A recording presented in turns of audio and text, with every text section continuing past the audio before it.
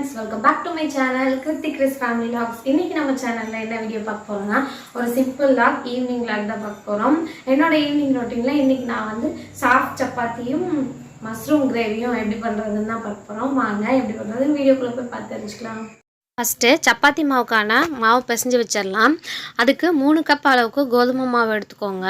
அதில் 1 டீஸ்பூன் ஃபுல்லாக உப்பு, 2 டேபிள் ஸ்பூன் எண்ணெய், 1 டீஸ்பூன் சர்க்கரை சேர்த்துக்கோங்க. இதுக்கு 1.5 கப் அளவுக்கு தண்ணி கரெக்டாக இருக்கும். இது ஒரு தடவை கலந்து விட்டுட்டு அதுக்கப்புறம் தண்ணி சேர்த்துக்கோங்க. நீங்கள் 1 கப் சேர்க்குற மாதிரினா 1/2 கப் தண்ணி கரெக்டாக இருக்கும். இது நல்லா அழுத்தம் கொடுத்து இந்த மாதிரி பிசைஞ்சிக்கோங்க. அப்போ தான் சாஃப்டாக வரும் சப்பாத்தி. பாருங்கள், இந்த அளவு சாஃப்ட்னஸ் இருக்கணும். லாஸ்ட்டாக இந்த மாவு காயாமல் இருக்கிறதுக்காக எண்ணெய் அப்ளை பண்ணிவிட்டு அதுக்கப்புறம் ஒரு மூடி போட்டு மூடி வச்சிடலாம். இது ஊறட்டும். இப்போ என் பசங்க டிவி பார்த்துட்டு இருந்தாங்க.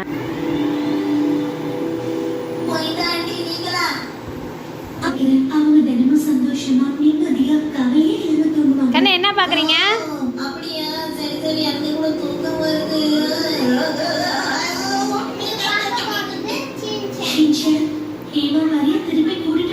How are you, Gila? நல்லா இருக்கீங்களா? சாப்பிட்டீங்களா? ஹாய் சொல்லு.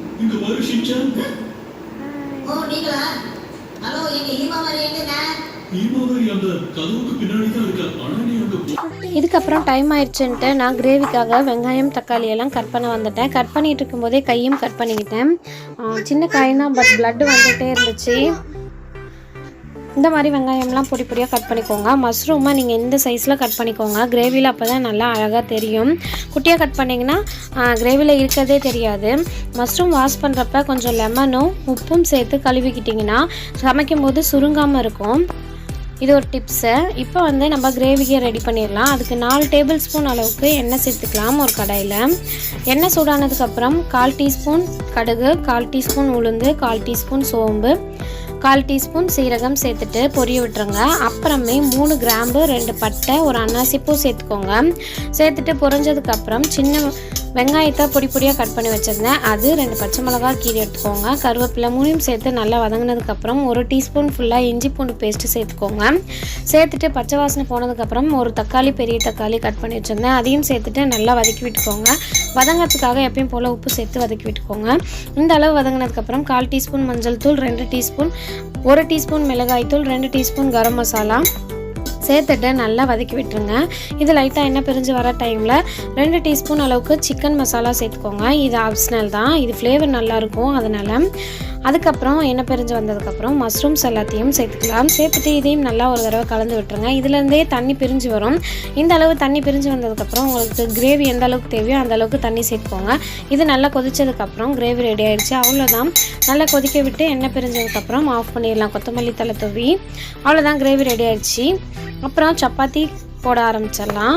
இன்றைக்கி சப்பாத்தி இங்கே பாருங்கள் எவ்வளோ சாஃப்டாக இருக்குன்ட்டு.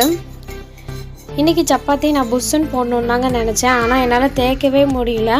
பாப்பா விடவே மாட்டேன்ட்டா. அதனால் ஒரு பக்கெட்டு சின்னதாக, ஒரு பக்கெட்டு மொத்தமாக அந்த மாதிரி தான் தேய்க்க முடிஞ்சிச்சு. பாருங்கள் அவள் பண்ணுறதை நீங்களே.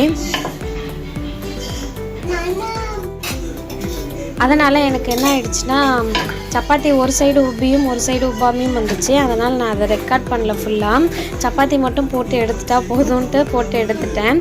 நெக்ஸ்ட் வீடியோவில் கண்டிப்பாக நான் உப்பெல்லாம் சப்பாத்தி எப்படி போடுறதுன்னு சொல்கிறேன் உங்கள்கிட்ட.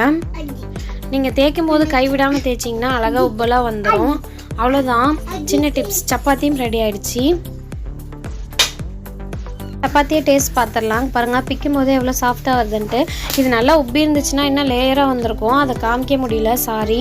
நெக்ஸ்ட் டைம் கண்டிப்பாக உங்களுக்கு சப்பாத்தி உப்பெல்லாம் பண்ணி காமிக்கிறேன். டேஸ்ட் பயங்கரமாக இருந்துச்சு. நீங்களும் ட்ரை பண்ணி. இந்த வீடியோ உங்களுக்கு பிடிச்சிருக்கும் நம்புறேன் ஃப்ரெண்ட்ஸ். இந்த வீடியோ உங்களுக்கு பிடிச்சிருந்துச்சுன்னா இந்த வீடியோக்கு ஒரு சின்ன லைக் போட்டுக்கோங்க. அப்புறம் நம்ம சேனலை மறக்காமல் சப்ஸ்கிரைப் பண்ணி வச்சுக்கோங்க. இந்த மாதிரி நிறையா யூஸ்ஃபுல்லான டிப்ஸோட உங்களுக்கு கண்டினியூவாக வீடியோஸ் போடுறேன். சப்ஸ்கிரைப் பண்ணிக்கோங்க. பக்கத்தில் இருக்க பெல் பட்டனை கிளிக் பண்ணி ஆல் சிம்பிள் அழுத்தி வச்சுக்கோங்க. அப்போ தான் நான் நெக்ஸ்ட் போகிற வீடியோஸோட நோட்டிஃபிகேஷன் உங்களுக்கு வந்து சேரும். தேங்க்ஸ் ஃபார் வாட்சிங். பாய்.